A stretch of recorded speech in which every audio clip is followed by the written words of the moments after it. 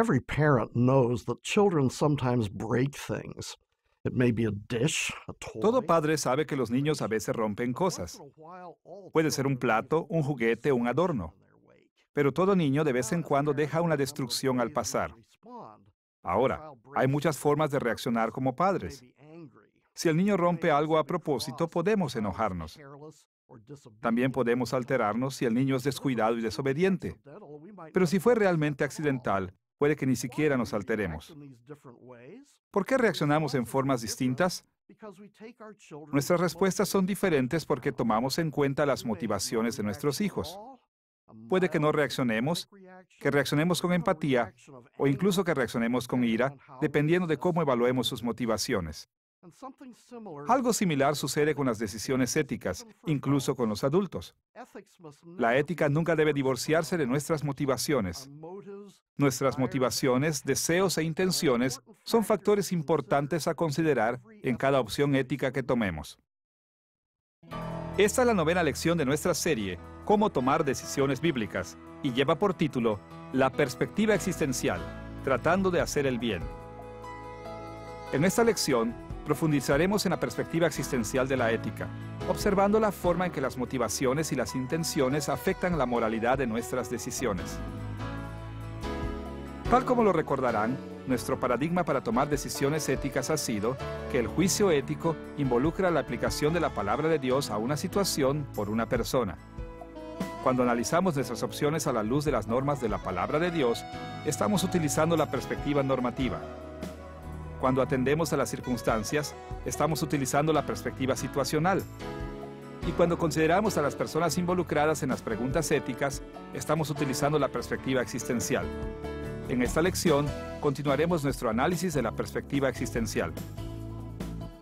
En nuestra lección anterior presentamos la perspectiva existencial, analizando qué tipo de personas son necesarias para tomar buenas decisiones éticas. Específicamente, se requiere de buenas personas. Buenas en el sentido de que han sido redimidas por la gracia de Dios a través de la fe en Jesucristo. En esta lección, nos concentraremos en otro aspecto de la perspectiva existencial, es decir, nuestras motivaciones éticas. Tal como ya lo vimos, para poder agradar a Dios, la gente buena debe hacer lo correcto por las razones correctas. Es decir, sus motivaciones deben ser justas. Nuestra lección sobre tratar de hacer lo bueno se dividirá en 3 partes principales.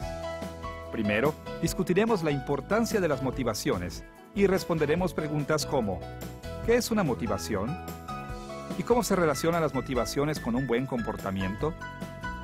Segundo, hablaremos de la motivación de la fe, como un aspecto fundamental de la ética bíblica. Y tercero, nos concentraremos en la motivación del amor, a la que nos anima la Biblia. Comencemos con la importancia de las motivaciones en la ética. Discutiremos la importancia de las motivaciones, considerando en primer lugar el concepto de motivación y en segundo lugar, hablando sobre la necesidad de tener motivaciones apropiadas. Comencemos observando el concepto de motivación. Hay 2 formas básicas de hablar sobre las motivaciones. Por una parte, una motivación puede ser el propósito para el que realizamos una acción, es decir, lo que esperamos lograr. Y por otra parte, una motivación puede ser la causa de una acción. En el primer sentido, las motivaciones son esencialmente las mismas que las metas. Esto lo tratamos en las lecciones anteriores sobre la perspectiva situacional. De modo que en esta lección, nuestro enfoque estará en las motivaciones como las causas de las acciones. Es muy conocido el concepto de causa y efecto a partir de la experiencia común. Por ejemplo, cuando alguien golpea una pelota, decimos que el golpe es la causa de que la pelota se mueva, y el movimiento de la pelota es el efecto o resultado del golpe. Podríamos pensar en muchos otros ejemplos similares. La lluvia causa el efecto del suelo mojado. El cerrar nuestros ojos causa que no podamos ver. El trabajar duro todo el día causa que nos cansemos. Bueno, algo similar sucede con las motivaciones y las acciones. En este sentido, una motivación es una disposición interna que nos mueve a la acción. Las disposiciones internas son como los rasgos de carácter, los deseos, los sentimientos, los compromisos y cualquier cosa dentro de nosotros que nos hace actuar. Con esta idea básica sobre las motivaciones en mente, es necesario que hagamos 3 breves comentarios. Primero, las motivaciones generalmente son complejas.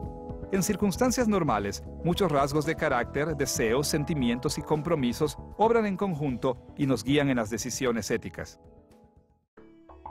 Consideremos, por ejemplo, a un padre que va a trabajar para ganar el sustento para su familia. Él ama a su esposa y a sus hijos. Él está comprometido con la provisión para ellos, y él desea alimentos, ropa y techo para sí mismo. Al mismo tiempo, puede tener deseos encontrados, como el deseo de quedarse en casa y relajarse, o de trabajar en casa o irse de vacaciones. Todas estas disposiciones internas se dan en diversos grados de tensión y armonía en su interior. Pero en definitiva, la mayoría de los días, el impacto colectivo de estas motivaciones hace que vaya a trabajar. Segundo, algunas motivaciones son muy generales y algunas muy específicas. Y hay muchas motivaciones que están en algún lugar entre ambos extremos. Por ejemplo, nuestro anhelo cristiano de compartir el Evangelio con los perdidos es una motivación general. Estamos motivados por nuestro deseo de que la gente crea en Jesús y que todo el mundo sea atraído a su reino. Pero a veces podemos estar motivados a compartir el Evangelio en una forma específica con un alguien específico con quien nos reunimos. Y en algunas otras ocasiones, nuestras motivaciones pudieran hallarse entre estos dos extremos, y puede que salgamos a buscar no creyentes con quienes compartir el Evangelio. Tercero, además de ser complejas y más o menos generales y específicas, nuestras motivaciones pueden ser conocidas y desconocidas para nosotros. Conocemos bien algunas de nuestras motivaciones, pero nunca podremos estar totalmente conscientes de todas ellas. Por ejemplo, si un hombre come algo, podríamos decir correctamente que su motivación es el hambre. El hambre es un sentimiento interno y un estado físico, y un individuo con hambre generalmente está consciente de su hambre. Pero la psicología y la experiencia común nos han enseñado que a veces la gente come porque no está feliz y quiere ser consolada. En estos casos, la gente que come muchas veces no está consciente de que su motivación subyacente es ser consolada y dejar de sentirse infeliz. Luego de conversar sobre el concepto básico y algunas complejidades de las motivaciones, estamos listos para ir a la necesidad de tener motivaciones correctas. ¿Por qué son tan importantes las motivaciones en la ética? Lamentablemente, los cristianos con frecuencia caen en la trampa de creer que ser ético solo tiene que ver con la obediencia externa a la voluntad de Dios. Nos equivocamos al pensar que Dios no nos exige que tengamos deseos y motivaciones correctas. A veces sucede esto porque las conductas son más fáciles de identificar y de corregir. A veces sucede porque nuestros pastores y maestros llaman constantemente nuestra atención sobre las conductas más que los deseos y los compromisos internos. También hay otras razones. Sin embargo, la Biblia deja claro que si hemos de ser verdaderamente éticos, para que nuestras conductas honren a Dios, deben estar basadas en motivaciones que honran a Dios. Analizaremos los tres aspectos de la necesidad de tener una motivación correcta. Primero, revisaremos la exigencia de la Biblia de que las buenas obras fluyan del corazón. Segundo, consideraremos cómo la Biblia condena la hipocresía. Y tercero, hablaremos del hecho de que la virtud cristiana es una fuente de buenas motivaciones éticas. Comencemos con la idea de que las buenas obras deben ser hechas con el corazón. Las Escrituras hablan en distintas formas del corazón humano. Pero de acuerdo a nuestro propósito, nos concentraremos en su descripción del corazón como lo profundo de nuestro ser interior y el asiento de nuestras motivaciones. O poniéndolo en los términos que usamos antes en esta lección, nos enfocaremos en el corazón como la suma de todas las disposiciones internas. En ese sentido, hay una gran intersección entre los conceptos bíblicos de corazón, mente, pensamientos, espíritu y alma. Escuchen 1 de Crónicas capítulo 28, versículo 9, donde David esboza una estrecha relación entre las motivaciones y el corazón. Salomón, hijo mío, reconoce al Dios de tu Padre, y sírvele con corazón perfecto y con ánimo voluntario, porque Jehová escudriña los corazones de todos, y entiende todo intento de los pensamientos. Si tú le buscares, lo hallarás, mas si lo dejares, él te desechará para siempre. En este pasaje, David le enseñó a su hijo que la obediencia a Dios debe fluir desde lo profundo del ser interno lo que involucra un corazón perfecto y un ánimo voluntario. Dios no solo se interesa por la obediencia externa, Él exige los corazones de todos y que todo intento de los pensamientos esté verdaderamente comprometido con Él. Exige una obediencia genuina que fluye de nuestros pensamientos y anhelos más profundos. Hay muchos pasajes en las Escrituras que nos enseñan que la obediencia debe fluir de buenas motivaciones, tales como Deuteronomio capítulo 6 versículos 5 y 6 y capítulo 30 versículos 2 al 17, Josué capítulo 22 versículo 5, Primero de Reyes capítulo 8 versículo 61, Salmo capítulo 119 versículo 34, Mateo capítulo 12 versículos 34 y 35, Romanos capítulo 6 versículos 17 y 18, y Efesios capítulo 6 versículos 5 y 6, solo para mencionar algunos. Como ejemplo veamos un pasaje del Antiguo Testamento y uno del Nuevo Testamento. Escuchen primero las palabras de Deuteronomio capítulo 6 versículos 5 y 6. Y amarás a Jehová tu Dios de todo tu corazón, y de toda tu alma, y con todas tus fuerzas. Y estas palabras que yo te mando hoy estarán sobre tu corazón. Tal como lo vemos en este pasaje, en el Antiguo Testamento, Dios exigía que su pueblo lo amara con todo su corazón. La ley de Dios tenía que estar escrita en sus corazones, de modo que le obedecieran de corazón. También es así en el Nuevo Testamento. Escuchen, por ejemplo, estas palabras de Romanos capítulo 6, versículos 17 y 18. Gracias a Dios, que aunque erais esclavos del pecado, habéis obedecido de corazón aquella forma de doctrina a la cual fuisteis entregados y libertados del pecado, vinisteis a ser siervos de la justicia. La expresión griega traducida aquí como de corazón es ekkardías. En forma más literal, se podría traducir como desde el corazón hacia afuera. Tal como Pablo lo enseña aquí, Dios exige obediencia de corazón, obediencia que fluye del corazón. Luego de ver que las buenas motivaciones son necesarias porque las buenas obras deben ser hechas de corazón, tenemos que ir a una segunda razón de por qué tener buenas motivaciones cuando tomamos decisiones éticas. Es decir, la enseñanza de las Escrituras sobre la hipocresía. La hipocresía se presenta de muchas formas en las Escrituras, pero aquí estamos particularmente interesados en la hipocresía como la apariencia de moralidad. Cuando nuestro comportamiento exterior parece conformarse a la palabra de Dios, pero no así nuestras motivaciones, estamos actuando con hipocresía y nuestras acciones no agradan a Dios. Escuchen las enseñanzas de Jesús en Mateo capítulo 6, versículos 2 al 16. Cuando pues des limosna, no hagas tocar trompeta delante de ti, como hacen los hipócritas en las sinagogas y en las calles, para ser alabados por los hombres. Y cuando ores, no seas como los hipócritas, porque ellos aman el orar en pie en las sinagogas y en las esquinas de las calles para ser vistos de los hombres. Cuando ayunéis, no seáis austeros como los hipócritas, porque ellos demudan sus rostros para mostrar a los hombres que ayunan. Dar al necesitado, orar y ayunar eran conductas buenas y justas en sí mismas. Pero en estos casos, Jesús las condenó como hipócritas porque estaban motivadas por el orgullo en vez del amor a Dios y al prójimo. Al condenar de este modo las malas motivaciones, las enseñanzas de la Biblia contra la hipocresía indican que la buena conducta siempre debe fluir de las buenas motivaciones. Ahora, tenemos que ser cuidadosos de no limitar la hipocresía solo a los no creyentes presumidos. Incluso los cristianos pueden tener motivaciones que no encajan con sus acciones externas. Quizá el ejemplo más claro de esto en las Escrituras es la forma en que ciertos cristianos judíos habían dejado de observar muchas prácticas judías tradicionales, sabiendo que la muerte y la resurrección de Cristo les exigía aplicar en nuevas formas los principios del Antiguo Testamento. Aún así, ellos mantuvieron algunas tradiciones obsoletas que les permitían ser más reconocidos que los gentiles de la Iglesia. Sorprendentemente, incluso el apóstol Pedro y el misionero Bernabé estaban entre estos cristianos hipócritas. Es mucho más molesto si consideramos que Pedro fue el primero en traer el Evangelio a los gentiles, como leemos en Hechos capítulo 10, y que Bernabé había sido uno de los primeros misioneros al mundo gentil, como leemos en Hechos capítulo 13.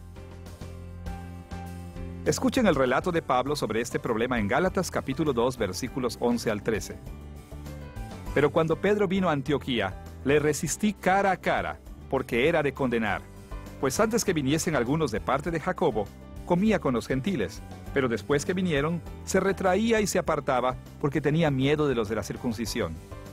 Y en su simulación participaban también los otros judíos, de tal manera que aún Bernabé fue también arrastrado por la hipocresía de ellos.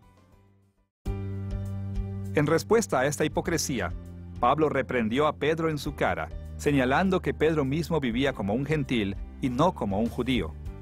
Pedro sabía que en Cristo los gentiles eran iguales a los judíos, pero por miedo a perder el respeto, él quiso actuar de una forma que sugería que los cristianos gentiles eran inferiores a los cristianos judíos. Las acciones de Pedro fueron hipócritas, porque él estaba motivado por un deseo egoísta de preservar su reputación y no por el deseo santo de honrar a Dios y a su iglesia. Ahora que hemos visto que las buenas obras deben ser hechas de corazón y sin hipocresía, estamos listos para revisar una tercera razón de por qué son necesarias las buenas motivaciones. Me refiero a la virtud que debe caracterizar a los seguidores de Cristo. En términos simples, la virtud es un carácter moral digno de elogio. También podemos hablar de virtudes en plural, refiriéndonos a diferentes aspectos de un carácter moral digno de elogio. La virtud es importante en nuestra discusión sobre las motivaciones, porque el carácter virtuoso se expresa en forma de buenas motivaciones. Las Escrituras presentan varias listas de lo que podríamos llamar virtudes, pero quizá la más familiar sea la lista de Pablo sobre el fruto del Espíritu. En Gálatas capítulo 5, versículos 22 y 23, Pablo describe así el fruto del Espíritu.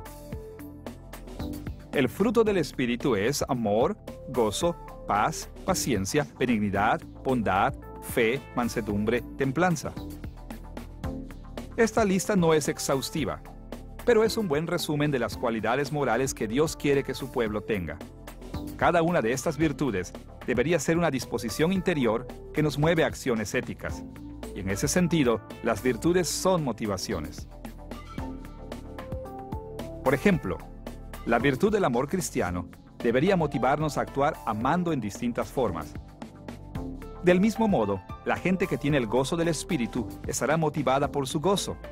La gente pacífica estará motivada por la paz que hay en su interior. La gente paciente estará motivada por su paciencia. Tal como lo enseñó Jesús en Mateo capítulo 12, versículo 35. El hombre bueno, del buen tesoro del corazón, saca buenas cosas. En el resto de esta lección, nos concentraremos en las virtudes del amor y la fe, porque las Escrituras dicen que ellas son imprescindibles para las buenas obras. En preparación para ello, revisemos brevemente la idea de que a menos que poseamos las virtudes del amor y de la fe, y que esas virtudes motiven nuestro comportamiento, no podremos hacer nada que se considere bueno. Pensemos primero en la forma en que Pablo habló acerca del amor a la iglesia en Corinto. En 1 Corintios capítulo 13, versículos 1 al 3, él escribió estas palabras. Si yo hablase lenguas humanas y angélicas, y no tengo amor, vengo a ser como metal que resuena o címbalo que retiñe. Y si tuviese profecía y entendiese todos los misterios y toda ciencia, y si tuviese toda la fe, de tal manera que trasladase los montes, y no tengo amor, nada soy. Y si repartiese todos mis bienes para dar de comer a los pobres, y si entregase mi cuerpo para ser quemado, y no tengo amor, de nada me sirve. Este pasaje indica claramente que nuestras acciones deben fluir del amor de nuestros corazones. Es decir, si nuestras acciones no fluyen del amor de nuestros corazones, Dios no las considera buenas. Del mismo modo, Hebreos capítulo 11, versículo 6, nos enseña que la virtud de la fe debe funcionar como una motivación. Escuchemos sus palabras. Pero sin fe es imposible agradar a Dios, porque es necesario que el que se acerca a Dios crea que le hay y que es galardonador de los que le buscan. Según este pasaje, la virtud de la fe debe movernos a actuar en forma fiel. Solo entonces Dios se agradará de nuestro comportamiento. Las Escrituras enfatizan la virtud cristiana porque las motivaciones son muy importantes en la vida ética. Y cada virtud enseñada en las Escrituras funciona como una motivación dentro de nosotros. De modo que cada vez que las Escrituras enfatizan la importancia de las virtudes cristianas, están enfatizando también la importancia de las motivaciones buenas y virtuosas. Ahora que hemos visto la importancia de tener las motivaciones correctas cuando tomamos decisiones éticas, estamos listos para analizar con mayor detalle la motivación de la fe. ¿Por qué es tan crítico para nosotros el estar motivados por la fe? ¿Y cómo nos motiva la fe? Anyone who knows the Bible realizes Cualquiera que conoce la Biblia se da cuenta de que la fe es una preocupación central tanto del Antiguo como del Nuevo Testamento, así como también ha sido un tema central en la teología cristiana tradicional. En esta lección nos ocuparemos particularmente de observar la fe como un motivo central de la ética. Queremos explorar cómo la fe nos motiva a obedecer la palabra de Dios. Las Escrituras dicen tanto acerca de la fe que nos sería imposible mencionar todas las formas en que la fe sirve como motivación. Entonces, limitaremos nuestra discusión a algunas de las formas más comunes y fundamentales en que la motivación de la fe funciona en nuestro proceso de toma de decisiones.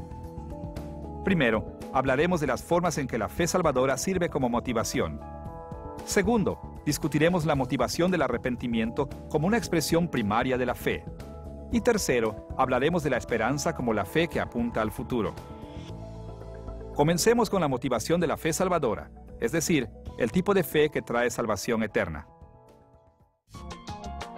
De acuerdo a nuestros propósitos, en esta lección resumiremos la fe salvadora como un asentimiento a la verdad del Evangelio y la confianza en que Cristo nos libra de nuestro pecado. Desde luego que hay mucho más que podría decirse sobre la fe salvadora, pero esta definición nos ayudará a ver cómo la fe funciona como una motivación para las buenas obras. Las Escrituras hablan de la fe salvadora en dos maneras.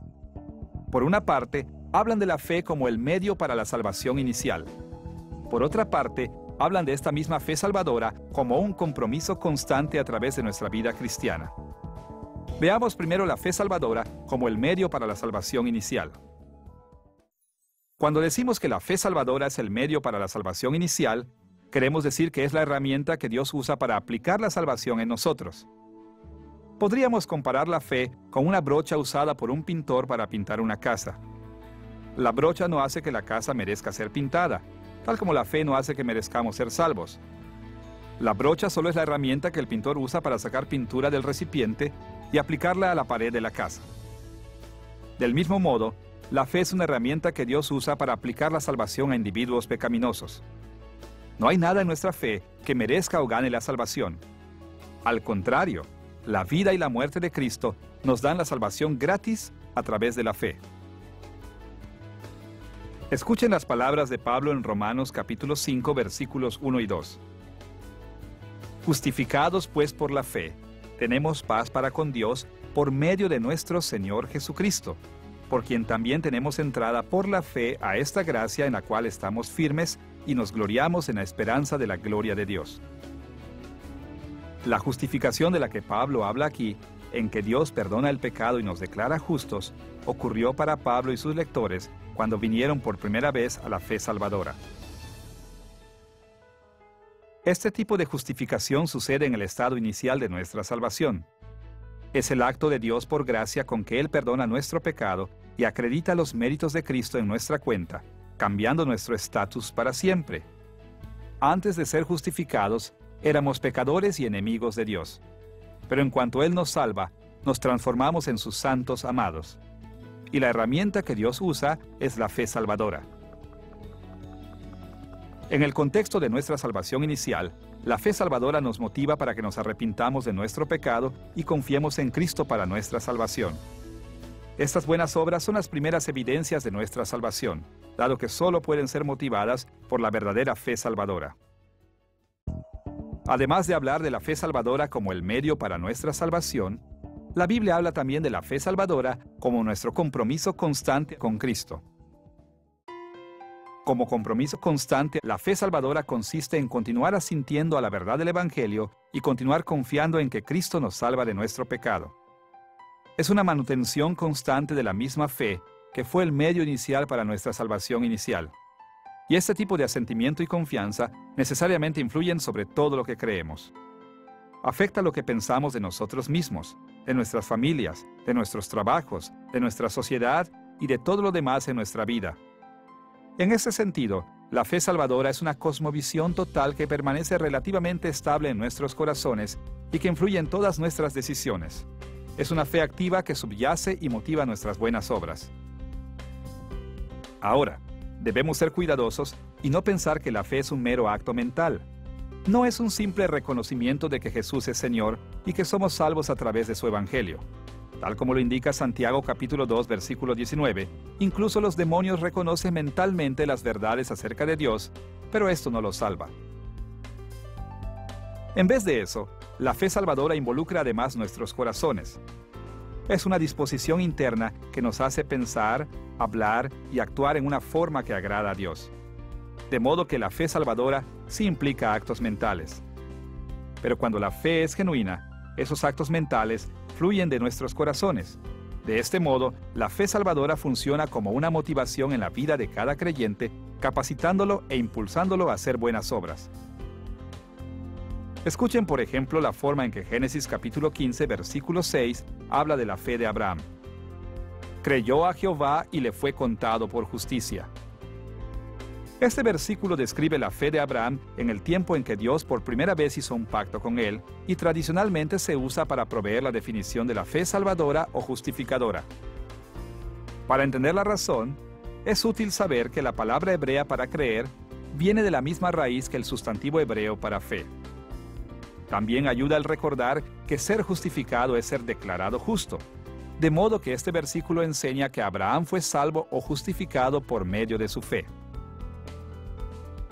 Por eso el apóstol Pablo apeló a Génesis capítulo 15, versículo 6, para probar la doctrina de la justificación por fe. Lo hizo en Romanos capítulo 4 y en Gálatas capítulo 3.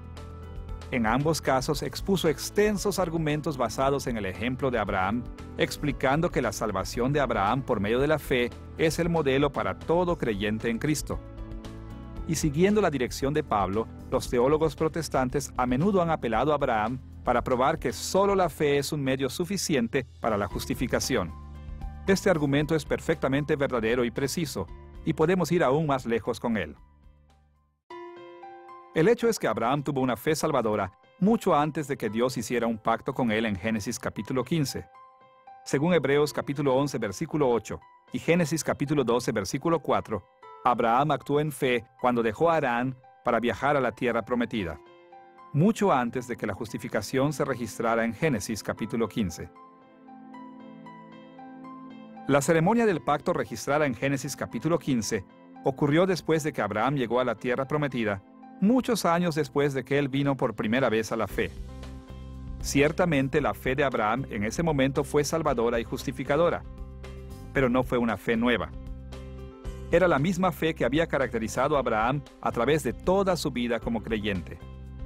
Entonces, cuando Pablo usó este suceso para proveer un modelo para nosotros, no solo se estaba refiriendo al hecho de que nuestra salvación inicial ocurre por medio de la fe, también estaba diciendo que todo creyente debe mantener su fe salvadora como un compromiso constante, tal como lo hizo Abraham.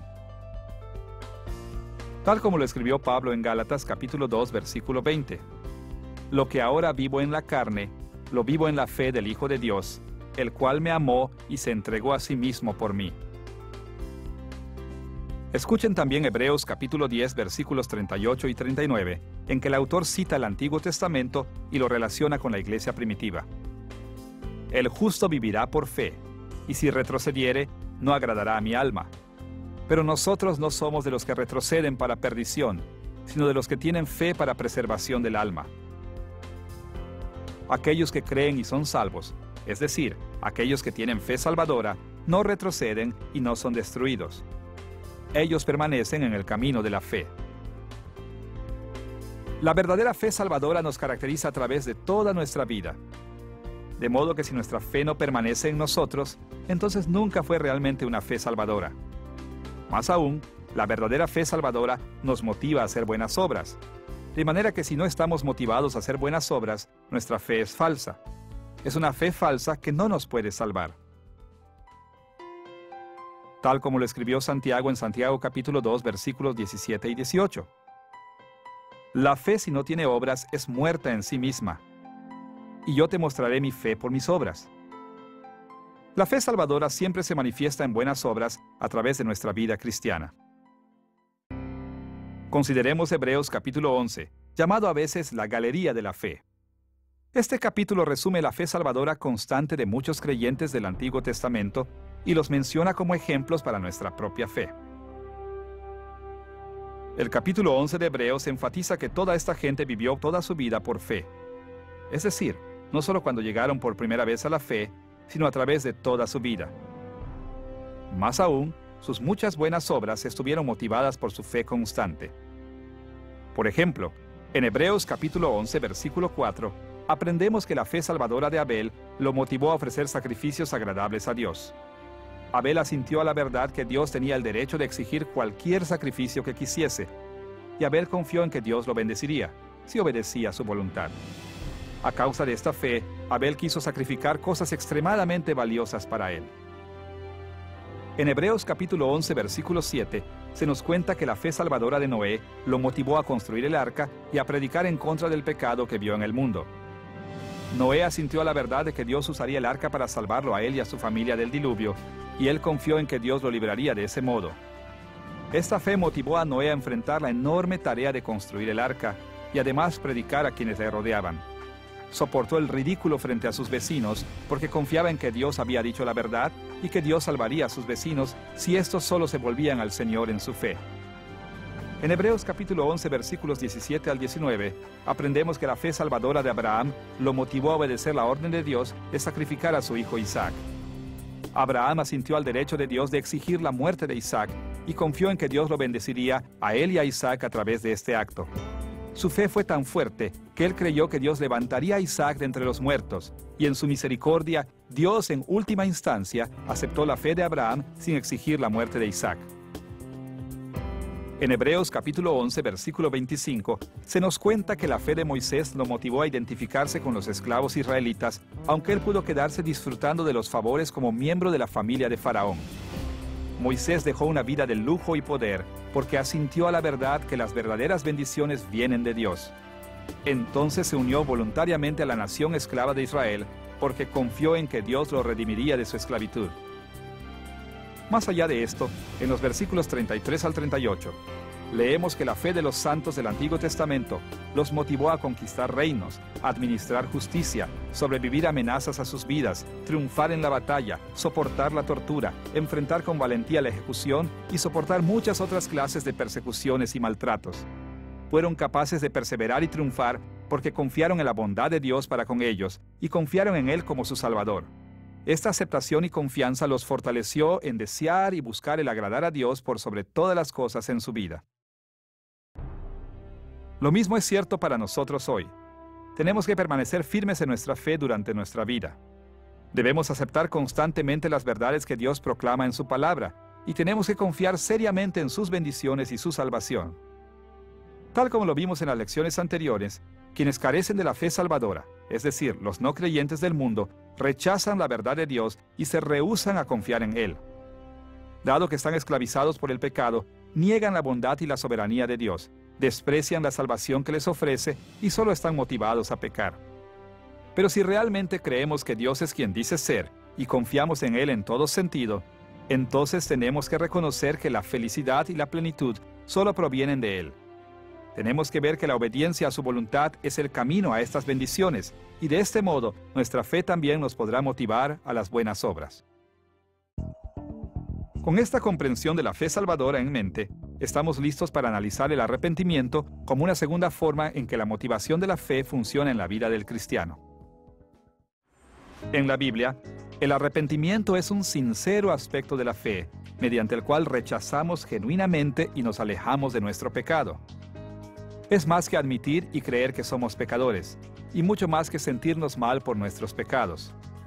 Por supuesto que el arrepentimiento conlleva estas cosas, pero a menos que realmente nos alejemos de nuestros pecados y nos volvamos a la bondad, no nos habremos arrepentido de verdad. En las Escrituras, el arrepentimiento y la fe a menudo son las dos caras de una misma moneda. La fe es volverse a Cristo y el arrepentimiento es alejarse del pecado. Ambos giros corresponden al mismo movimiento. La principal diferencia entre ambos es que a la fe se le describe desde la perspectiva de lo que estamos empezando a abrazar y al arrepentimiento se le describe desde la perspectiva de lo que estamos dejando atrás. En este proceso, nuestros actos de arrepentimiento están motivados por nuestros sentimientos de arrepentimiento, es decir, nuestra penitencia y nuestra contrición.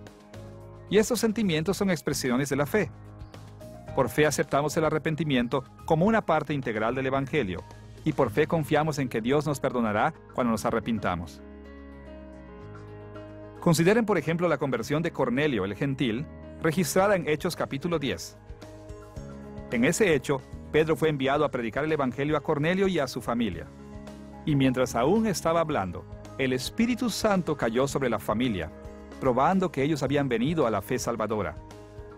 Más tarde, en Hechos capítulo 11, Pedro dio cuenta de este suceso a la iglesia en Jerusalén y la respuesta de la iglesia equiparó fuertemente el arrepentimiento con la fe. Escuchen la respuesta de la iglesia en Hechos capítulo 11, versículo 18. Glorificaron a Dios diciendo, de manera que también a los gentiles ha dado Dios arrepentimiento para vida. La conversión de Cornelio estuvo motivada por sentimientos genuinos de arrepentimiento. De hecho, la conexión entre la fe salvadora y el arrepentimiento era tan fuerte que en la mente de la iglesia, la conversión podía resumirse con precisión en términos del arrepentimiento. Del mismo modo, Juan el Bautista equiparó la motivación del arrepentimiento con la motivación de la fe. Cuando los fariseos y los saduceos vinieron a él para ser bautizados, Juan les exhortó a hacer buenas obras, perseverando en el arrepentimiento. En Mateo capítulo 3, versículo 8, Juan los instruyó con estas palabras: Haced pues frutos dignos de arrepentimiento. El bautismo de Juan de arrepentimiento apuntaba a causar repercusiones a largo plazo. Era para hacer que la gente dejara sus pecados, y desde ese momento en adelante, el verdadero arrepentimiento motivara las buenas obras. El apóstol Pablo enseñó el mismo principio. Cuando estaba frente al rey Agripa, explicando por qué había sido arrestado, Pablo resumió el Evangelio en términos de arrepentimiento y de buenas obras. Escuchen sus palabras en Hechos capítulo 26, versículo 20. Anuncié que se arrepintiesen y se convirtiesen a Dios, haciendo obras dignas de arrepentimiento. Nuevamente, el arrepentimiento y el volverse a Dios son mencionados como los dos lados de la misma moneda. Cuando nuestros corazones están verdaderamente arrepentidos, nuestro arrepentimiento nos motiva a alejarnos de nuestro pecado y vivir como Dios lo aprueba. Hay muchos ejemplos memorables de arrepentimiento en las Escrituras. Lucas capítulo 19, versículo 8, registra el arrepentimiento de Zaqueo, el cobrador de impuestos. Cuando vino a la fe en Cristo, dejó de engañar a la gente, dio la mitad de sus bienes a los pobres y devolvió 4 veces lo que había robado a la gente. Él se alejó de su pecado de robar y se volvió a una vida constante de fe y buenas obras. Y Hechos capítulo 9 registra que cuando el apóstol Pablo se convirtió, se arrepintió de sus pecados en contra de la iglesia y se transformó en un poderoso evangelista, arriesgando su vida para predicar el evangelio y buscar con humildad la comunión con quienes antes había perseguido.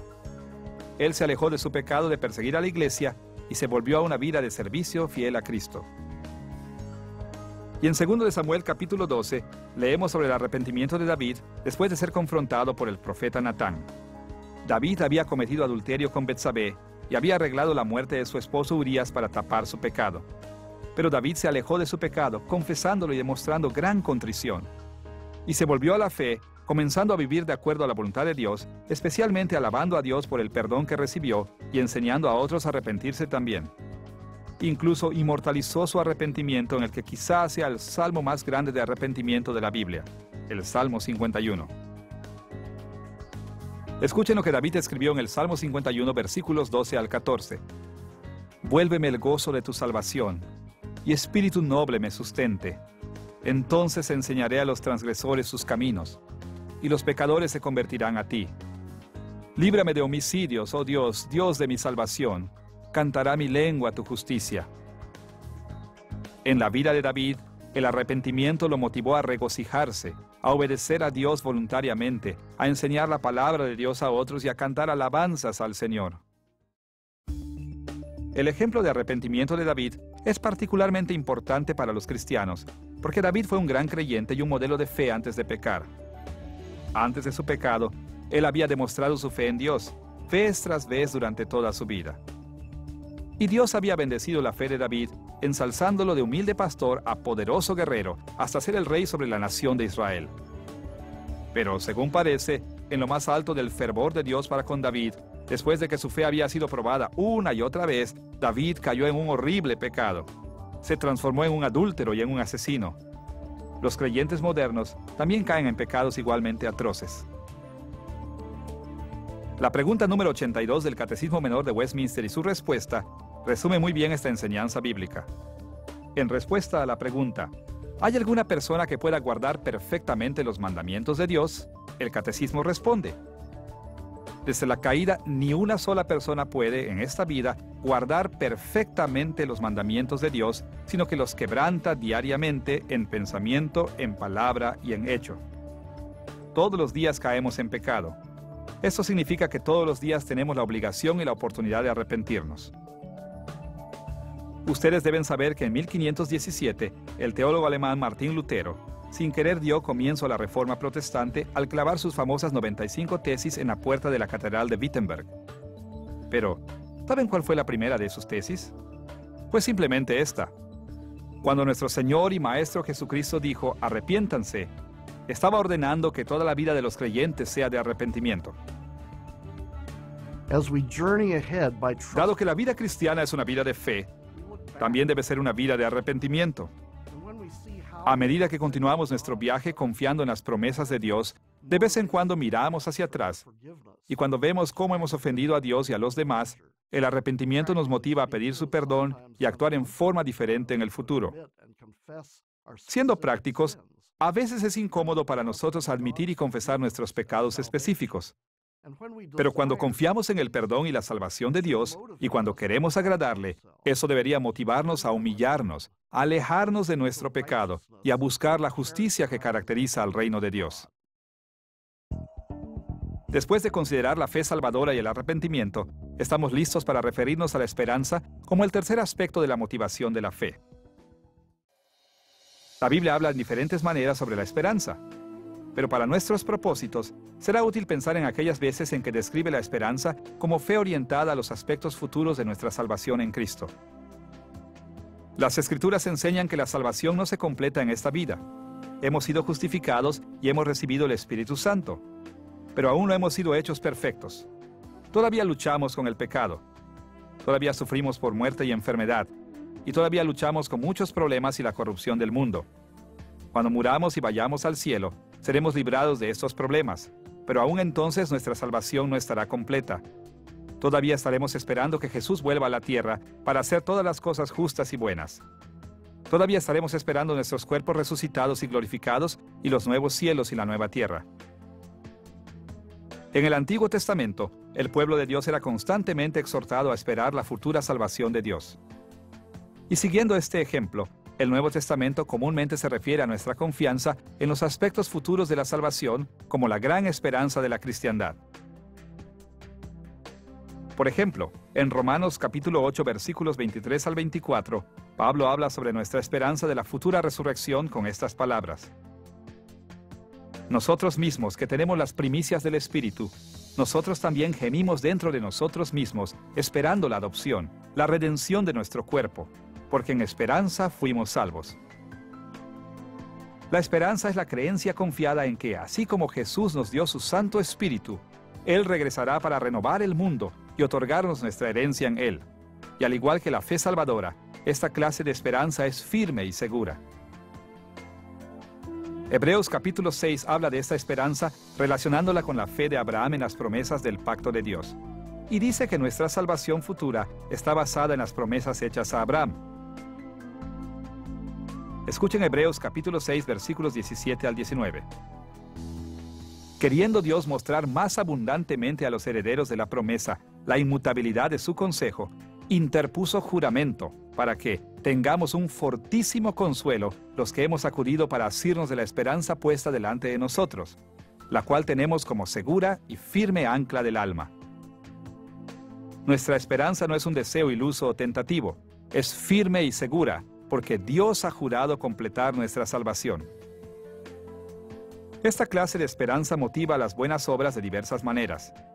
Según 1 de Tesalonicenses capítulo 5, versículos 6 al 10, el yelmo de la esperanza motiva a estar atentos y motiva al dominio propio. Y al comparar estos versículos con otros que hablan acerca de la armadura de Dios, está claro que una de las formas en que el yelmo de la esperanza nos ayuda a controlarnos es protegiéndonos de los ataques demoníacos y de las tentaciones.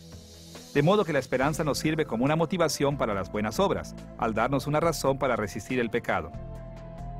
A medida que aguardamos las bendiciones que nos esperan, sabemos que seremos muchísimo más bendecidos si obedecemos al Señor que si pecamos. También sabemos que los placeres temporales del pecado no son comparables con las bendiciones eternas que Dios nos tiene reservadas. En Colosenses capítulo 1, versículo 5, aprendemos también que la esperanza en nuestra futura salvación nos motiva a amar con mayor fuerza y tener una fe más sólida. Y desde luego que el amor y la fe no solo son buenas obras, sino también motivaciones para las buenas obras. Así entonces, al motivar a la fe y al amor, la esperanza es la fuente de inmensurables buenas obras. Del mismo modo, 1 de Tesalonicenses capítulo 1, versículo 3, enseña que la esperanza incrementa nuestra constancia y nos ayuda a permanecer firmes en nuestra fe y a realizar obras que agradan a Dios. Pero quizá la síntesis más clara sobre la esperanza como motivación la hallamos en 1 de Pedro capítulo 1, versículos 13 al 15. Escuchen lo que Pedro escribió ahí. Ceñid los lomos de vuestro entendimiento. Esperad por completo en la gracia que se os traerá cuando Jesucristo sea manifestado. Como hijos obedientes, no os conforméis a los deseos que antes teníais, estando en vuestra ignorancia, sino como aquel que os llamó es santo, sed también vosotros santos en toda vuestra manera de vivir. La esperanza nos prepara para obedecer y para ser santos en todos los aspectos de nuestra vida. Nos prepara para resistir en la adversidad, tal como Jesús lo hizo. Tal como leímos en Hebreos capítulo 12, versículos 2 y 3. Puesto los ojos en Jesús, el autor y consumador de la fe, el cual por el gozo puesto delante de él, sufrió la cruz, menospreciando el oprobio, y se sentó a la diestra del trono de Dios. Considerad a aquel que sufrió tal contradicción de pecadores contra sí mismo, para que vuestro ánimo no se canse hasta desmayar. Muchos de nosotros hemos experimentado perder la esperanza en un punto o en el otro. Quizás sentimos que Dios nos abandonó, o no estábamos seguros de que nuestra fe era genuina. Pero cualquiera que fuere la causa, la desesperanza a menudo causa que nos sintamos desvalidos, sintiendo que no podemos hacer nada y que no podemos cambiar nada. Nos priva de un propósito y de un sentido para la vida, y puede hacer que hasta el trabajo más simple parezca demasiado difícil de realizar. Cuando los cristianos perdemos la esperanza, a menudo cejamos en el intento de resistir el pecado. Perdemos nuestro propósito de resistir en las luchas que enfrentamos en la vida. Incluso podemos desesperanzarnos de la vida misma. Pero cuando nuestra esperanza es fuerte, podemos motivarnos para resistir los desafíos más grandes de la vida, sobrepasar todos los obstáculos, porque tenemos nuestros ojos puestos en Dios, quien promete preservarnos. Ahora que ya hemos visto la importancia de las motivaciones y hemos analizado la motivación de la fe, estamos listos para referirnos a nuestro tercer tema principal, la motivación del amor. El amor es uno de los conceptos más reconocidos pero menos comprendidos en la fe cristiana.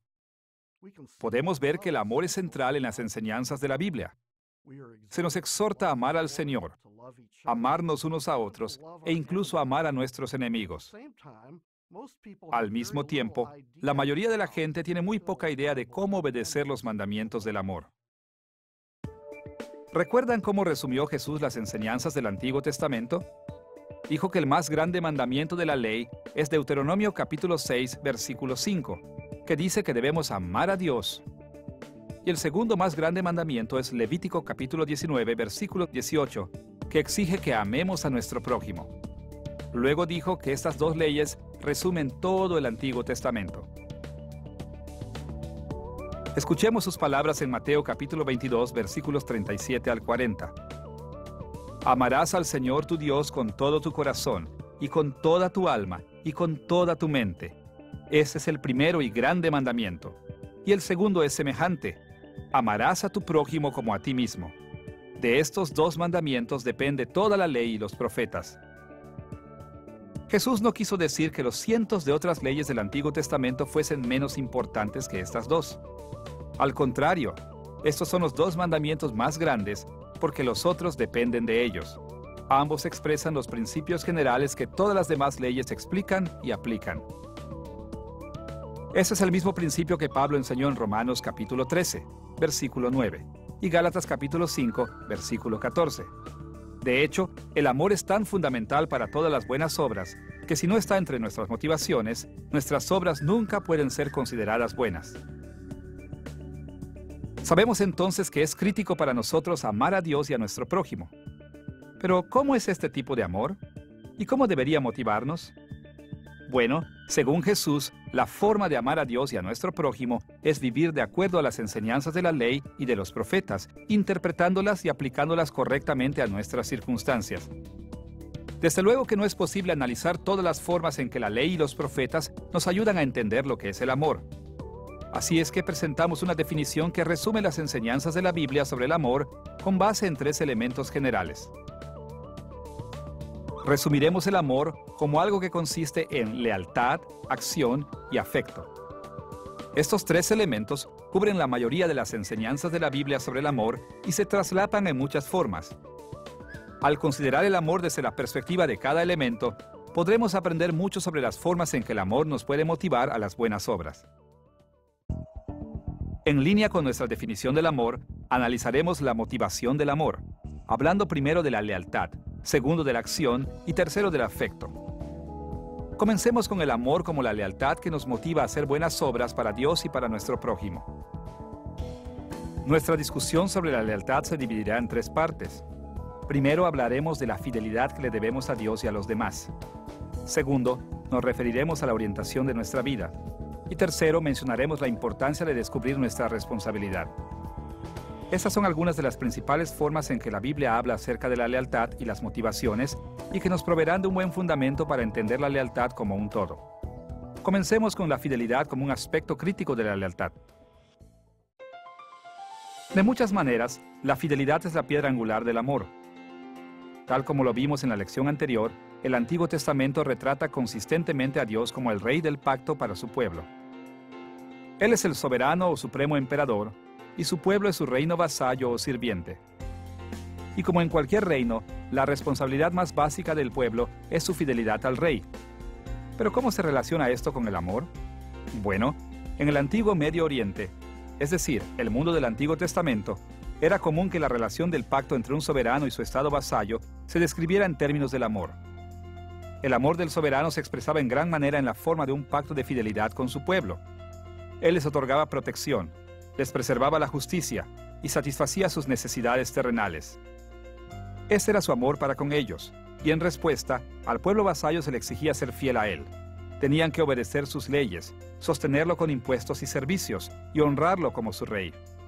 Ese era su amor hacia él. Del mismo modo, los ciudadanos tenían que amarse unos a otros, tratando a sus vecinos como compatriotas, cuidándolos y respetándolos. A la par con este concepto del amor, los reinos de pacto del antiguo Medio Oriente usaban muchas metáforas para describir la relación entre el soberano y sus vasallos. Con frecuencia, el soberano era descrito como un padre, mientras que los vasallos eran descritos como sus hijos, tal como en Isaías capítulo 64, versículo 8. También vemos que esta relación es descrita con base en un esposo y su esposa, tal como en Jeremías capítulo 31, versículo 32. Al pensar en su relación con el rey en esos términos, la gente podía comprender sus sentimientos por él y sus obligaciones para con él. Y dado que todos los ciudadanos eran parte de una misma familia, habían de verse y tratarse unos a otros como hermanos y hermanas. El pensar en estas relaciones políticas con base en la familia ayudaba a la gente a ver que esta fidelidad y lealtad de amor tenían que ser sinceras. Tenía que ser una disposición interna favorable la que motivaba al pueblo a honrar, respetar y obedecer al rey, y tratar a sus vecinos con preocupación y compasión genuinas. Un buen pasaje para observar esta idea en acción es Deuteronomio capítulo 6, en que Moisés usó el concepto del amor para explicar la fidelidad y la obediencia que los israelitas tenían que rendir a Dios. A pesar de que sería útil citar todo el capítulo, el tiempo solo nos permitirá resaltar algunas de sus afirmaciones. Escuchen estas palabras de Deuteronomio capítulo 6, versículos 1 y 5. Estos pues son los mandamientos, estatutos y decretos que Jehová vuestro Dios mandó que os enseñase, para que los pongáis por obra. Amarás a Jehová tu Dios de todo tu corazón y de toda tu alma y con todas tus fuerzas. En este capítulo el amor a Dios se resume en términos de la obediencia a los mandamientos, decretos y leyes de Dios. Y este resumen es seguido entonces por varias formas específicas en que Israel tenía que demostrar su amor por Dios. Por ejemplo, Deuteronomio capítulo 6, versículos 13 al 17, resalta la fidelidad y la obediencia. Escuchemos lo que Moisés escribió ahí. A Jehová tu Dios temerás, y a él solo servirás, y por su nombre jurarás. No andaréis en pos de dioses ajenos, de los dioses de los pueblos que están en vuestros contornos, porque el Dios celoso, Jehová tu Dios, en medio de ti está, para que no se inflame el furor de Jehová tu Dios contra ti, y te destruya de sobre la tierra. Guardad cuidadosamente los mandamientos de Jehová vuestro Dios, y sus testimonios y sus estatutos que te ha mandado. Ahora, si el amor por Dios por nosotros solo fuera como el amor de un padre común y corriente por sus hijos, nunca esperaríamos escuchar sobre su decisión de destruirnos si fallamos en seguirle. Pero el hecho es que el amor paternal de Dios es el amor de un rey por su pueblo. La metáfora de la paternidad es útil porque resalta las formas en que Dios nos protege, provee para nosotros y cuida de nosotros. Pero la paternidad sigue siendo solo una metáfora. Detrás de esta metáfora está el hecho de que Dios es nuestro rey. Él realmente gobierna sobre nosotros. Él realmente es soberano, y nosotros estamos sometidos bajo un pacto con Él. Por lo tanto, la forma más básica e importante en que podemos demostrar nuestro amor por Él es a través de nuestra seria fidelidad para con Él y su pacto. El Nuevo Testamento confirma de muchas formas esta idea. Por ejemplo, Jesús es nuestro Señor y Rey, y nosotros tenemos que rendirle amor a través de una obediencia fiel y a través de nuestra fidelidad para con su iglesia. No podemos alejarnos de Él o rechazarlo. No podemos priorizar otras lealtades por sobre nuestra lealtad a Él. No podemos rechazar las obligaciones que Él pone sobre nosotros. Y no podemos maltratar o abandonar al pueblo que Él ama. Mostrar tal infidelidad sería odiarlo e invocar su juicio. Pero si permanecemos firmes en nuestro amor por Él, nos recompensará en su reino.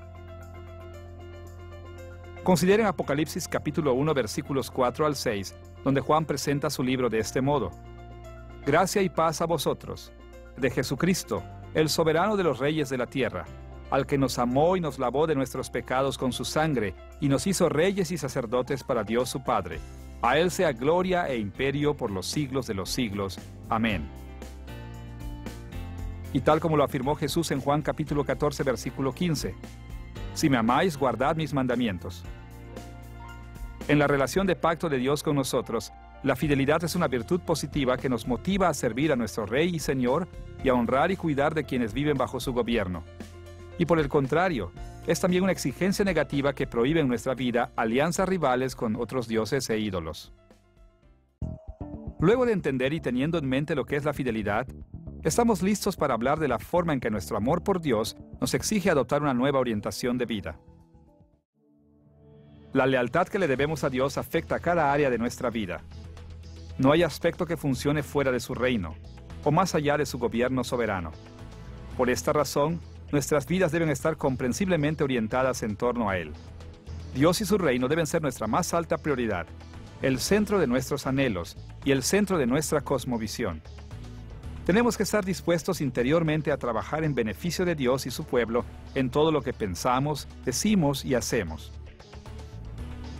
Tal como lo vimos, Deuteronomio capítulo 6, versículo 5, el primer gran mandamiento, resume a la persona humana en términos de corazón, alma y fuerza.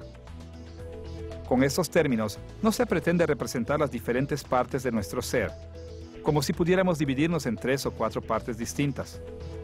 Cada término más bien representa a la persona como un todo. En el vocabulario hebreo, nuestro corazón no representa solo nuestras emociones, sino el centro de todo nuestro ser, incluyendo nuestra mente, nuestra conciencia y todos los demás aspectos de nuestro carácter. Así también, nuestra alma es todo nuestro ser, incluyendo nuestra mente consciente y nuestros anhelos inconscientes. Y la palabra para fuerza en Deuteronomio no se refiere tanto a nuestros cuerpos o acciones como a la intensidad de nuestro amor por Dios y a nuestra determinación de usar todas nuestras habilidades para lograr ese amor. De modo que, con cada uno de estos términos, las Escrituras nos exhortan a estar completamente comprometidos con Dios con todo nuestro ser. Desde luego que el máximo ejemplo de una vida bien orientada fue Jesús. Él orientó toda su vida en torno a Dios y en torno a la gente que vino a salvar. Esta orientación lo motivó a obedecer a Dios en forma perfecta y en todas las cosas, y a sacrificarse voluntariamente por la gente que amó. Así también, nuestra lealtad a Dios y a nuestro prójimo tiene que llevarnos a la misma orientación en nuestras vidas. Incluso, debería motivarnos a realizar el mismo tipo de sacrificios que Jesús realizó. Tal como leemos en 1 de Juan capítulo 3, versículo 16. En esto hemos conocido el amor, en que Él puso su vida por nosotros. También nosotros debemos poner nuestras vidas por los hermanos. Cuando ponemos a Dios como el centro de nuestras vidas, esto afecta nuestras decisiones, desde nuestra manera de pensar, a la forma en que tratamos a la gente, hasta la persona que elegimos para casarnos. Cuando fallamos en orientar nuestras vidas en torno a Dios, acabamos centrando nuestras vidas en torno a otras prioridades como el dinero, el poder, las influencias, la recreación o los individuos con carisma. Y estas orientaciones influyen también en nuestra conducta, y lo hacen en una forma que promueve una agenda distinta a la que Dios ha prescrito en su palabra. Pero cuando orientamos nuestras vidas en torno a Dios y a su pueblo, nos ceñimos a la agenda de su reino y somos motivados a vivir en la forma que le agrada. Ya nos hemos referido a los temas de la lealtad y la orientación, y estamos listos para considerar la forma en que nuestro amor por Dios y por nuestro prójimo debe motivarnos a descubrir nuestra responsabilidad ante Dios en todas las áreas de nuestra vida.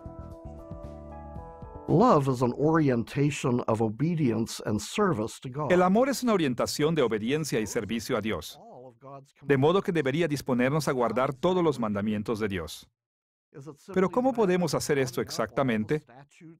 ¿Solo hay que contar todos los estatutos y exigencias de la ley y luego hacer lo que enumeran en forma explícita? ¿O tenemos que servir al Señor en formas que van más allá que los ejemplos mencionados específicamente en las Escrituras? Bueno, la respuesta es que nuestra lealtad de amor hacia Dios debe motivarnos a encontrar nuevas formas de ser responsables para con Él. Para explicar lo que queremos decir, echemos una mirada a los 10 mandamientos enumerados en Éxodo capítulo 20, versículos 3 al 17. Los 10 mandamientos son: no tendrás dioses ajenos delante de mí. No te harás ídolos. No tomarás el nombre de Jehová tu Dios en vano. Acuérdate del día de reposo para santificarlo. Honra a tu padre y a tu madre. No matarás. No cometerás adulterio. No hurtarás. No hablarás contra tu prójimo falso testimonio. No codiciarás. 8 de estos mandamientos prohíben específicamente ciertas conductas y no mencionan explícitamente lo que debemos hacer activamente. Si pensáramos que todas nuestras responsabilidades han sido mencionadas explícitamente en las Escrituras, concluiríamos que hay solo 2 cosas que debemos hacer: guardar el sábado y honrar a los padres. Del mismo modo, concluiríamos que el mandamiento contra el asesinato prohíbe matar, pero no cosas como la ira injusta. Y estaríamos equivocados.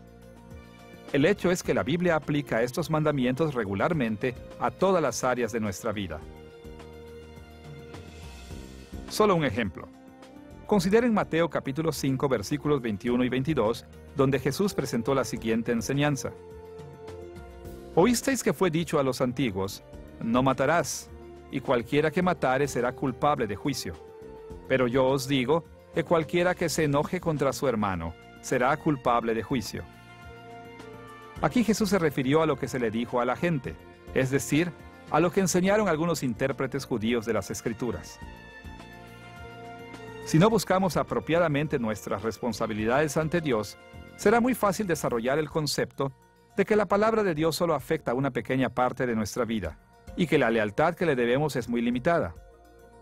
Podemos cometer el error de pensar que, dado que nuestras circunstancias son distintas a las de las Escrituras, las exigencias de Dios no se aplican a nosotros. Esto nos deja como ignorantes de nuestras responsabilidades e indefensos frente al pecado. Pero cuando buscamos apropiadamente nuestras responsabilidades ante Dios, entendiendo que estamos obligados para con Él en todas las áreas de nuestra vida, estaremos en una mejor posición para tomar decisiones aprobadas por Él. Nuestro amor a Dios debería dejarnos insatisfechos con un conocimiento limitado de sus exigencias y las necesidades de nuestro prójimo. Debería motivarnos a descubrir todas nuestras responsabilidades para con nuestro gran Rey y su pueblo, de modo que podamos cumplir con nuestro deber de la mejor manera. Luego de hablar de la lealtad, debemos ir al tema de la acción, el cual describe cómo debemos comportarnos con Dios y con los demás. Nuestro análisis sobre la acción se dividirá en dos partes. Hablaremos específicamente sobre las formas en que las acciones de Dios nos sirven como modelo para nuestro propio comportamiento. Por una parte, observaremos sus acciones de gracia expiatoria y por otra parte veremos sus acciones de gracia común. Comencemos con la forma en que la gracia expiatoria de Dios sirve como un modelo para nuestras acciones. Tal como lo hemos dicho a través de toda esta serie, el carácter de Dios es nuestro estándar ético absoluto. Y dado que Dios siempre actúa de acuerdo a su carácter, todas sus acciones son expresiones perfectas de su carácter. Es por eso que las Escrituras siempre nos exhortan a ajustar nuestro carácter y nuestras acciones al carácter y a las acciones de Dios, específicamente con respecto a su rescate y redención de quienes ama. Por ejemplo, en Deuteronomio capítulo 5, versículos 13 al 15, el Señor exigió que todo Israel guardara el Sabbat. Amos, esclavos temporales e incluso animales tuvieron que tomar ese día libre, imitando el descanso después del trabajo que Dios impuso en toda la nación cuando los redimió de la esclavitud en Egipto. Del mismo modo, en Mateo capítulo 18, versículos 23 al 35, Jesús enseñó que tenemos que imitar el perdón de Dios. Tenemos que perdonar a quienes pecan contra nosotros, porque Dios nos ha perdonado por pecar contra Él. Y tal como el perdón de Dios para nosotros, nuestro perdón por los demás debe ser genuino y de corazón, motivado por una compasión genuina por ellos. Con mayor frecuencia, las Escrituras enseñan que debemos amarnos unos a otros, imitando el amor que Dios ha mostrado por nosotros, siendo Cristo, por supuesto, el ejemplo más grande, el que murió por nuestros pecados. Escuchemos la enseñanza de Juan en 1 de Juan capítulo 4, versículos 9 al 11. En esto se mostró el amor de Dios para con nosotros, en que Dios envió a su Hijo unigénito al mundo, para que vivamos por Él. En esto consiste el amor, no en que nosotros hayamos amado a Dios, sino en que Él nos amó a nosotros, y envió a su Hijo en propiciación por nuestros pecados. Amados, si Dios nos ha amado así, debemos también nosotros amarnos unos a otros. Como pecadores, nosotros éramos ofensivos para Dios. Lo odiábamos. Estábamos en contra de Él como sus enemigos. Merecíamos el castigo y no misericordia. Aún así, Dios quiso sacrificar a su Hijo, a quien amaba por sobre todo, para salvarnos. Y siguiendo su ejemplo, debemos estar dispuestos a sufrir en lugar de los demás.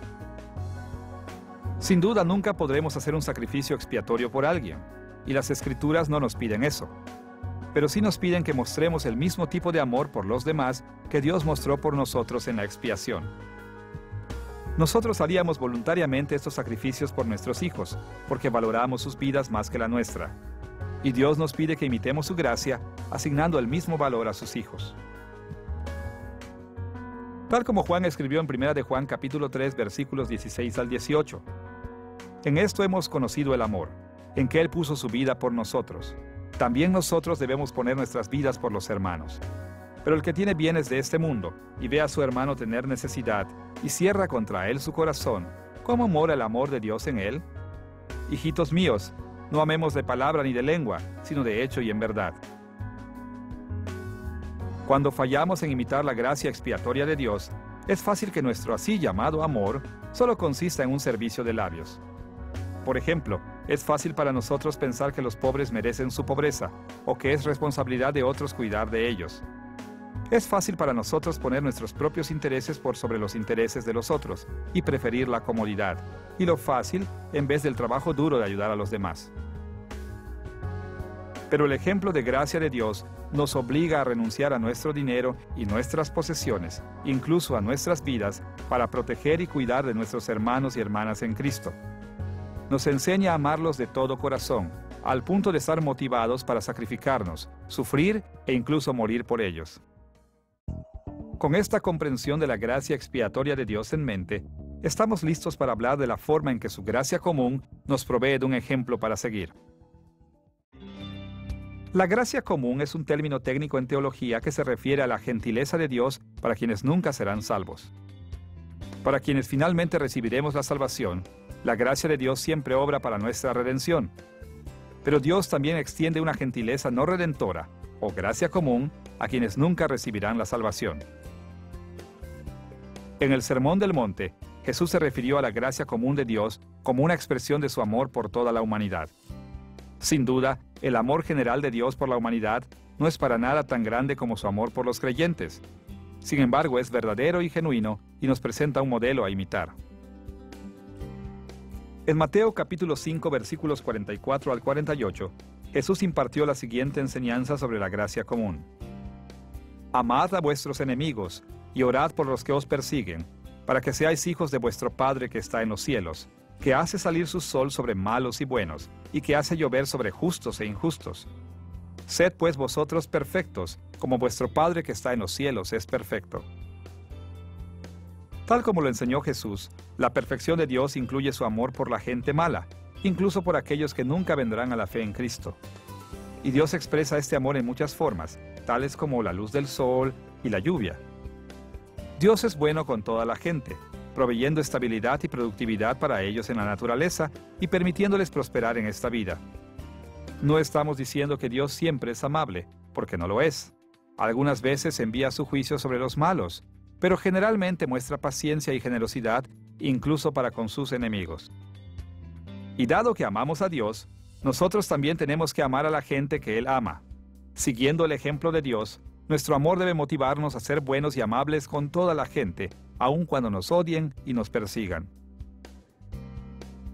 Por ejemplo, en Éxodo capítulo 23, versículos 4 y 5, la ley de Dios nos exige proteger los bienes de nuestros enemigos.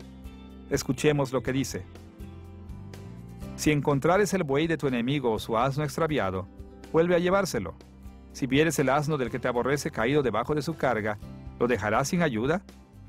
Antes bien le ayudarás a levantarlo. Estas instrucciones aparecen en un contexto que habla de la justicia. La idea es que tenemos que preservar la justicia para todas las personas, incluso si nos odian. Pero Jesús no solo nos enseñó a preservar la justicia para nuestros enemigos, Él nos enseñó a amarlos. Debemos preservar la justicia para ellos porque de verdad queremos que reciban los beneficios y la protección de la justicia y porque amamos al Dios que es el estándar de justicia. Es fácil no tener ese tipo de amor por nuestros enemigos. En el mejor de los casos, generalmente preferimos ignorar sus necesidades, y en el peor de los casos, estamos motivados a tomar venganza contra ellos y alegrarnos cuando sufren injusticias. Pero estas no son las actitudes que caracterizan a Dios, y no son las motivaciones que Él ha modelado para nosotros. Cuando hacemos estas cosas, estamos pensando en forma egoísta, buscando agradarnos a nosotros mismos. Estamos siguiendo el ejemplo del mundo pecaminoso y del diablo, no del Señor de rectitud y misericordia. Piensa en una discusión que hayas tenido con alguien que amas. Quizá uno de tus padres, o un hijo, o tu cónyuge, o un amigo íntimo. A veces, estas discusiones producen enojo y sentimientos muy fuertes. Pero la mayoría de las veces seguimos comprometidos con ellos. Aún los amamos y aún no queremos que los traten en forma injusta. Bueno, en muchos aspectos, esta es la forma en que Dios quiere que nos sintamos respecto de nuestros enemigos. Debemos sentir una preocupación genuina por su bienestar. Y esta preocupación genuina debe manifestarse en acciones. Debe motivarnos a ser amables con ellos, a orar por ellos, a protegerlos y a proveer para ellos cuando estén en necesidad. Ahora, necesitamos expresar por lo menos una reserva en la forma que imitamos la gracia común de Dios. En términos específicos, necesitamos mencionar que este tipo de amor no excluye un deseo de justicia. Dios a veces retiene su gentileza para ejecutar su juicio contra los malos. Los juicios de Dios son siempre justos y buenos. Más aún, las Escrituras enseñan que la justicia es un importante aspecto del amor. Como leemos en el Salmo 33, versículo 5, Él ama justicia y juicio. De la misericordia de Jehová está llena la tierra. Un deseo de justicia en contra de quienes nos han hecho daño no es incompatible con el amor. De hecho, idealmente, cuando imitamos verdaderamente la gracia común de Dios, nuestro anhelo de justicia, nuestro amor por Dios, nuestro amor por nuestro prójimo y nuestro amor por nuestros enemigos son notablemente similares. Y la razón para esto es que Dios, que es justicia, a menudo usa sus juicios como un correctivo para guiar a los pecadores al arrepentimiento y la salvación. Por ejemplo, en Zacarías capítulo 14, versículo 16, el juicio de Dios contra las naciones lleva al arrepentimiento. Y todos los que sobreviven de las naciones, que vinieron contra Jerusalén, subirán de año en año para adorar al Rey, a Jehová de los ejércitos. Aun cuando anhelemos la justicia de Dios, nuestra motivación última debe ser el amor. Debemos esperar ver cómo la justicia de Dios traerá el arrepentimiento que lleva a la fe. El amor de Dios es complejo. Si lo sobresimplificamos, puede que concluyamos erróneamente que no podemos amar a nuestro prójimo al mismo tiempo que odiamos el mal que vemos en el mundo. Sin embargo, las Escrituras nos enseñan que el amor de Dios incluye tanto el anhelo de justicia como el odio al mal. De modo que la solución para nosotros como cristianos es asegurarnos de que nuestros anhelos de justicia y nuestro odio al mal sean parte de nuestro amor por la humanidad. Estos sentimientos son pecaminosos cuando están divorciados del amor, pero son justos cuando son expresiones del amor y nos motivan a pensar, a hablar y actuar en formas que Dios aprueba. Después de hablar sobre la lealtad y la acción, estamos listos para referirnos al afecto, es decir, el aspecto emocional más explícito del amor. Los maestros cristianos hablan a veces sobre el amor bíblico como si este solo consistiera de acciones y pensamientos. Por ejemplo, algunos argumentan que la Biblia nos exhorta a amar de modo activo y que no importa cómo nos sintamos emocionalmente. Dicen que el amor a Dios consiste en una obediencia externa a sus mandamientos, en hacer cosas como ir a la iglesia, orar, leer la Biblia y tener nuestro tiempo devocional. Y que el amor por el prójimo consiste en reprimir nuestro enojo, ser educado, refrenarse de presumir y cosas así. Sin embargo, la Biblia nos da una perspectiva muy distinta sobre el tema. Recuerden las palabras de 1 de Corintios capítulo 13, versículos 1 al 3. Si yo hablase lenguas humanas y angélicas, y no tengo amor, vengo a ser como metal que resuena, o címbalo que retiñe. Y si tuviese profecía y entendiese todos los misterios y toda ciencia, y si tuviese toda la fe de tal manera que trasladase los montes, y no tengo amor, nada soy. Y si repartiese todos mis bienes para dar de comer a los pobres, y si entregase mi cuerpo para ser quemado, y no tengo amor, de nada me sirve. Las buenas obras que Pablo describió aquí son moralmente buenas cuando están motivadas por un afecto del corazón. Pero cuando no es así, no valen nada. Sin amor, el don espiritual de las lenguas se transforma en un címbalo que retiñe.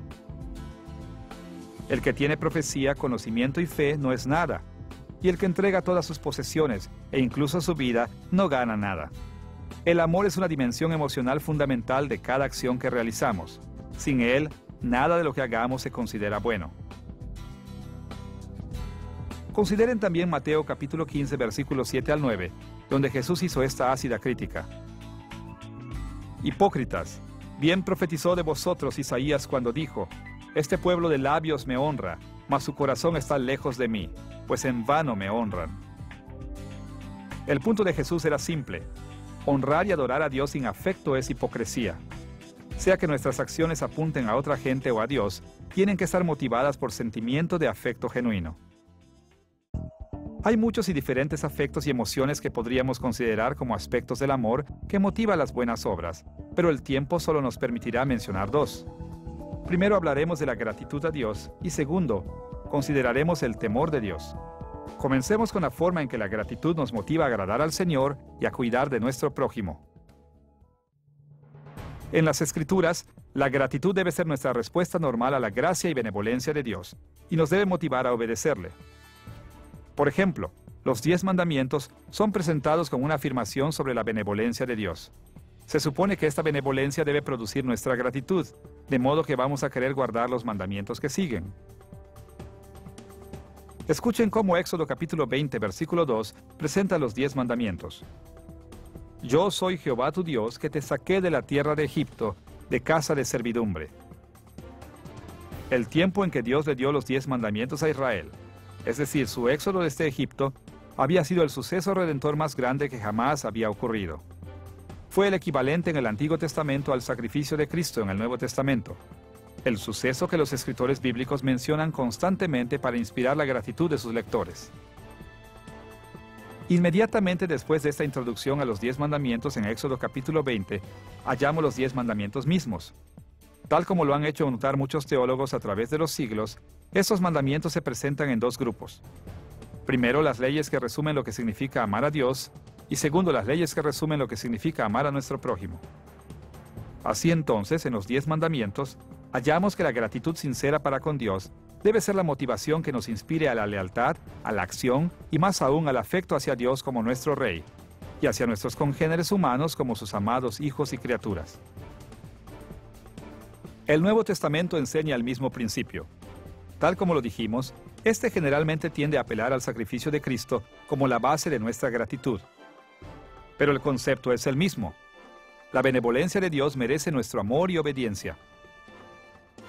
Tal como lo afirma Juan en 1 de Juan capítulo 4, versículo 19. Nosotros le amamos a Él porque Él nos amó primero. Y como Pablo lo escribió en Colosenses capítulo 3, versículo 17. Y todo lo que hacéis, sea de palabra o de hecho, hacedlo todo en el nombre del Señor Jesús, dando gracias a Dios Padre por medio de Él. Nuestra gratitud por el regalo de su Hijo debe motivarnos a amar a nuestro Señor y a expresar este amor a través de buenas obras. Obras hechas en su nombre y para su gloria. No es difícil entender cómo la gratitud funciona como una motivación. La mayoría de nosotros tiene muchas razones para estar agradecidos. Podemos estar agradecidos de nuestros padres por la forma en que nos cuidaron, o de algunos maestros en particular por cómo nos educaron. Estamos agradecidos cuando la gente nos rescata del peligro de un desastre. Y en todos estos casos, nuestra respuesta a menudo es agradecer a las personas que nos ayudaron e incluso a devolver el favor de algún modo, si fuera posible. Por otra parte, debe ser fácil recordar a la gente que en nuestra vida ha sido desagradecida, gente que no ha apreciado las cosas buenas que otros han hecho por ellos. Cuando somos desagradecidos, sucede que no queremos agradar a quienes nos ayudan. Al contrario, más bien recibimos su ayuda como si fuera nuestra justa recompensa y nos sentimos si no lo hacen como queremos. Lejos de motivarnos a amarlos, la ingratitud hace que despreciemos a los demás. Ciertamente nuestra gratitud para con Dios debe motivarnos a obedecerle y ayudar a quienes Él ama. Nunca podremos devolver el favor que Dios nos hizo mediante el regalo de Cristo, de modo que nuestras buenas obras no son una forma de compensarle a Él. Simplemente son las respuestas amorosas de quienes aprecian lo que Dios ha hecho. Aquellos que están sinceramente agradecidos por lo que Dios ha hecho, nunca podrán expresar esa gratitud inclinándose frente a falsos dioses o tomando su nombre en vano o haciendo alguna otra cosa que le desagrade. Hemos recibido el regalo más grande jamás imaginado. ¿Cómo no vamos a entregarnos sinceramente a nuestro Señor del pacto? Luego de haber visto cómo la gratitud debe motivarnos a las buenas obras, ahora podemos referirnos al temor de Dios que es parte de nuestro amor por Él y que nos motiva a las buenas obras. En la iglesia actual, los cristianos normalmente no hablan acerca de temer a Dios. Quizá la razón es que el concepto está muy mal entendido. Cuando los cristianos modernos pensamos en el temor, generalmente lo asociamos con el terror y el miedo. Tememos a las cosas que nos pueden hacer daño, cosas que tratan de obrar el mal sobre nosotros. Y sin duda la Biblia a menudo usa la palabra miedo en este sentido. Pero este tipo de temor a Dios no tiene lugar en la vida de un creyente. Tal como lo escribió el apóstol Juan en 1 de Juan capítulo 4 versículos 17 y 18. En esto se ha perfeccionado el amor en nosotros, para que tengamos confianza en el día del juicio. Pues como Él es, así somos nosotros en este mundo. En el amor no hay temor, sino que el perfecto amor echa fuera el temor, porque el temor lleva en sí castigo, de donde el que teme no ha sido perfeccionado en el amor. El amor está perfeccionado en los cristianos, y este amor perfecto echa fuera el temor, porque Dios nunca nos hará daño. Por lo tanto, este no es el tipo de temor al que las Escrituras se refieren cuando hablan del temor de Dios en forma positiva. Moisés describió el tipo de temor que tenemos en mente en Deuteronomio capítulo 10, versículos 12 y 13. Escuchen lo que escribió ahí.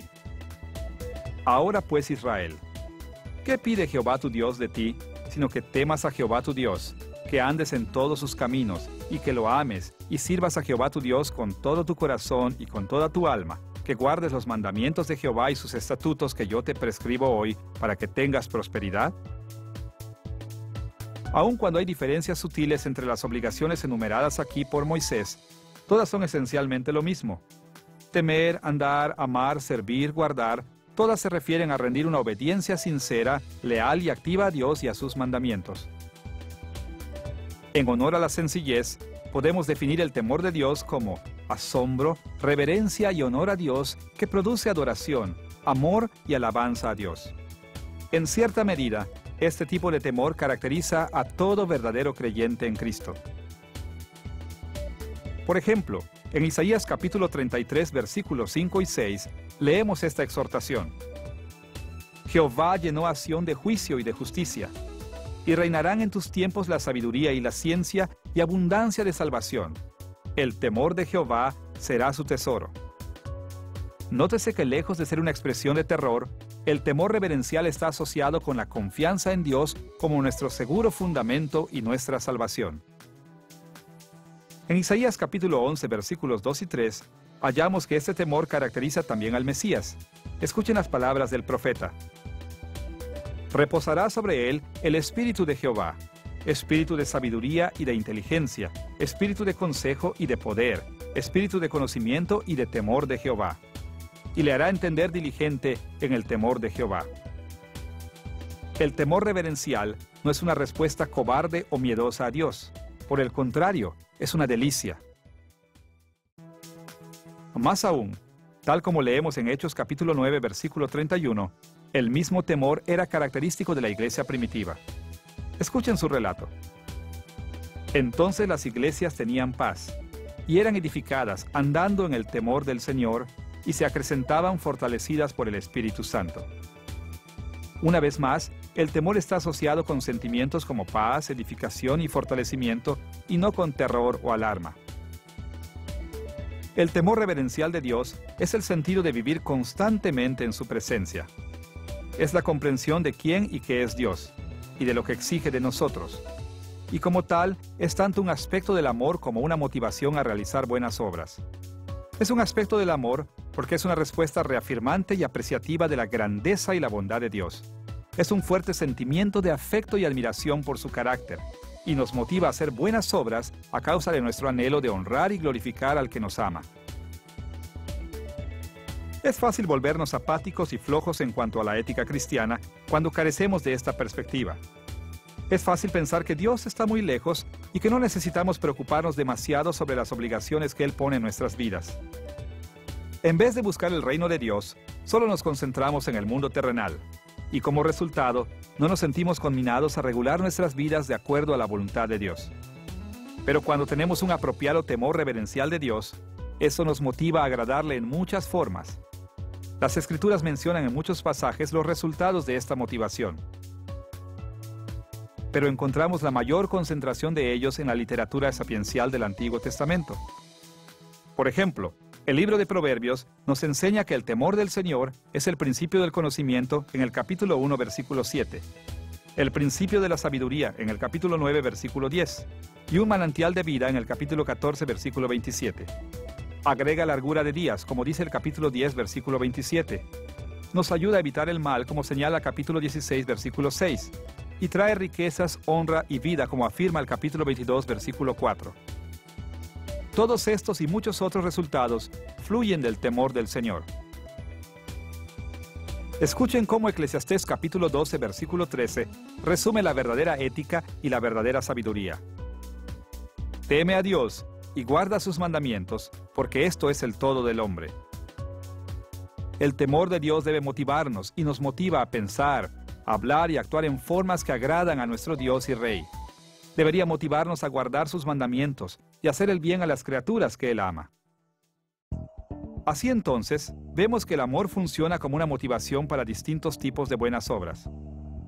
En la lealtad, nos motiva a cumplir nuestro deber para con Dios y nuestro prójimo. En la acción, nos motiva a hacer lo que glorifica a Dios y beneficia a nuestro prójimo. y en el afecto nos motiva a agradar a nuestro amado Señor, sirviéndole y cuidándole a nuestro prójimo.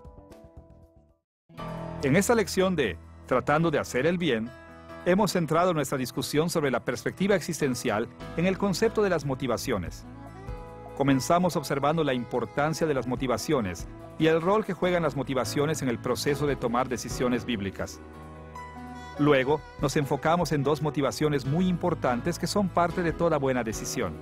La motivación de la fe, tanto al comienzo de nuestra salvación como en el caminar de nuestra vida cristiana. Y la motivación del amor, que incluye la lealtad, la acción y el afecto. Cada día los cristianos enfrentamos muchísimas decisiones éticas.